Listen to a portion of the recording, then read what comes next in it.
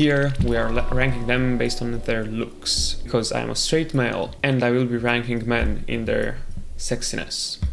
I think that's only fair. Let's start with Plato. Pretty famous philosopher, I would say one of the most famous Greek philosophers, at least a student of Socrates.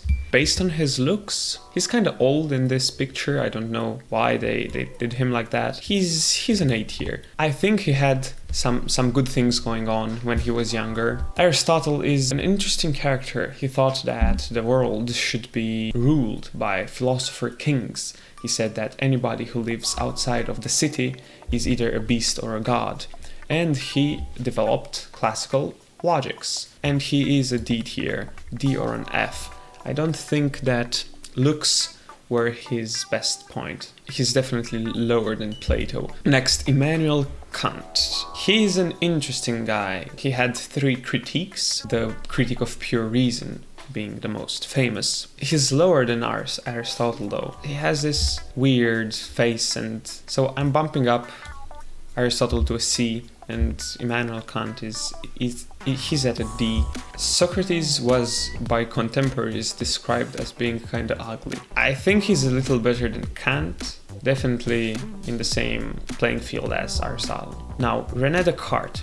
As much as I dislike what he said and don't agree with that, I think he was a good looking man. I think he's definitely better than Plato, either an S or an officer.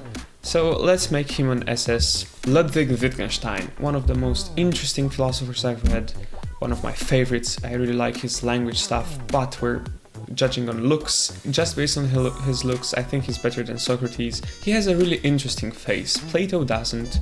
Plato is just normal. Wittgenstein he's interesting, maybe not the most conventionally attractive, but he has a really interesting face. So I think an A tier along with Plato. Maybe even an S tier, yeah. Thomas Aquinas, he really liked God. David Hume is an interesting character based on his looks. Either a B or a C, I think. It's a B, it's better than Socrates. Friedrich Nietzsche. There can be said any things about his philosophy, but how could you dislike that mustache? Just look at that. That's a gorgeous mustache. Just based on the mustache. Yeah. What else can be said? He's in a tier of his own. Karl Marx. Communism failed. As does he, I guess. He's not much better than David Hume. Maybe over Thomas Aquinas. Maybe I'm gonna bump him down. David Hume and Karl Marx are here. John Locke, another empirist, just like David Hume, but he does look better. He's in the same playing field as Plato. I think John Locke is definitely good looking. Thomas Hobbes. He has a very interesting face. I think he's definitely better than John Locke and Plato. I think he's also better than Wittgenstein. Yeah, him and Descartes share some features here. They have this intelligent gaze in them, strikes your soul somewhat, but definitely not beating Nietzsche's mustache. Søren Kierkegaard. I'm pronouncing that wrong. If you're not Danish, you're bound to pronounce that wrong. Even if you speak Danish, but you are not Danish, I think there's something wrong with you. Anyways, he is kind of good looking. It's in the same playing field as Wittgenstein. They are interesting. They are certainly people where you'd want to study them, you know? Look once and then you'd stare for a little while. Spinoza, based on this picture, in the same tier as Marx and Hume, definitely the best one there. He's okay. He's decent. Leibniz, the mathematician slash philosopher with monads. Decent. He's okay, but he's not as good as Locke or Plato. Jean-Jacques Rousseau. In this painting, he looks really cute. John Stuart Mill. He's in the D tier along with Immanuel Kant. You'd want to be in the same room as them, but not look at them, just hear their thoughts. Confucius. He's up there with Nietzsche. I'm sorry, he's in the mustache tier. Like, look at that facial hair on both of them. They're in a tier of their own. Jean-Paul Sartre. He was famously not that not good looking, but I don't think he's in the same tier as Immanuel Kant, where you're scared. He's just a little worse than decent. This is the tier where you go on the other side of the street. Bertrand Russell. Now this is a very interesting face. The same tier as Ludwig Wittgenstein and the Danish guy. And his philosophy also was very interesting. Mathematics too. Principia Mathematica, his work where he proves that 1 + 1 = 2. Yeah, Hegel and Kant look similar. I know he's also really influential. I know he influenced some of Nietzsche's work. Again, it's not nightmare fuel, but it's not far from it. Now, Heidegger is interesting.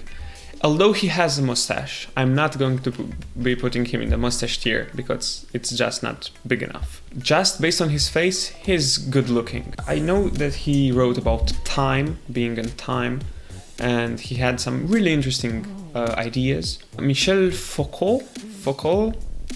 Yeah, I should know how to pronounce this after 12 years of studying French, but I don't. He's bald, which is nice. He has a really interesting face. I think, yeah, interesting. He's in the interesting here. He's better than good looking. Epicurus, The Art of Happiness. I'd put him in the interesting camp. Edmund Husserl. I'm pretty sure he was also a mathematician. Yeah, he was also a mathematician. Interesting face, of course.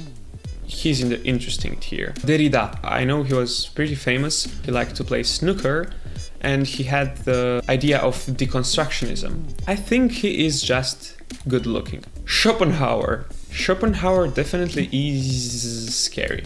Noam Chomsky, he's also alive. He had a big impact in linguistics. He is good looking, definitely. Nice statue. C tier. He is definitely decent or good looking. I think he's good looking. Lao Tzu, author of Tao Te Ching, which Taoism is based on, along with the Zhuangzi. He is a really interesting character, said to have ridden on oxes to the west, where he disappeared. I would like to put him in the mustache tier, but he only has a beard. He's a decent guy. He's a decent looking guy. Albert Camus, to be honest, we have to make a new tier. Him. What can you say about that?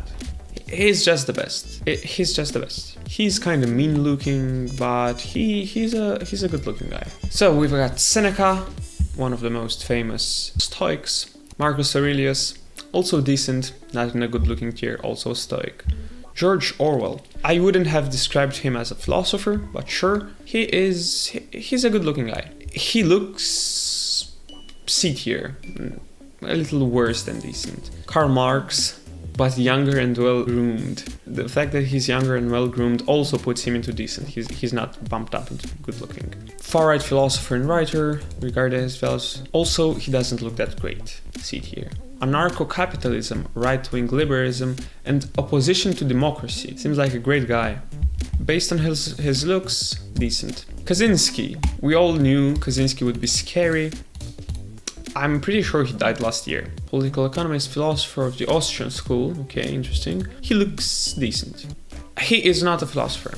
Slavoj Žižek. Slavoj Žižek definitely belongs in the interesting tier.